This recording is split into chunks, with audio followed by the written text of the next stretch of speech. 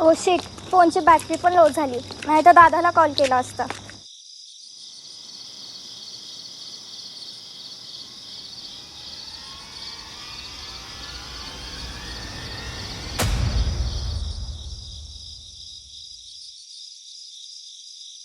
Excuse me दादा, तुम्हाला काय हरकत नसेल तर तुम्ही मला इथपर्यंत पुढे सोडसाल का? दादा, नाटकातून आले का? तब्येत मात्र छान आहे बरं का वाटत तुमची. एखाद्या मराठी हिरो सारखे दिसताय आणि पोशाख मात्र छान आहे बरं का तुमचा. कोणता हा पोशाख वय? हो. अव हा पोशाख आमसनी सावतार राजांनी दिला या. राजांनी? कोणत्या राजांनी? अव छत्रपती शिवाजी राजांनी. अरे बापरे, हे अजून त्या नाटकातून बाहेर आलेलेच दिसत नाही.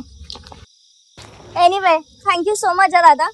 आजकाल बघताय तुम्ही, समाजामध्ये मुली सुरक्षितच नाही आहेत आणि अशा परिस्थितीत दादा तुम्ही मला सोडवायला आलात आणि खरंच थँक्यू. अरे दादा तू? तुला मी काय बोललो होतो, ऑफिसमध्ये निघताना पहिला मला फोन करायचा. तो फोन करायचा सोड, तू तो फोन बंद करून ठेवलास. आणि काय ग, झोपेत बडबड करते ते ठीक आहे, आता जागेपणी पण बडबड करायला लागली. आणि कुणाशी बडबड करत आलीस तू? अरे मी कॉल करणारच होते, पण मोबाईलची बॅटरी लो झाली आणि मी एकटी नाही आले, हे दादा होतेच की माझ्याशी.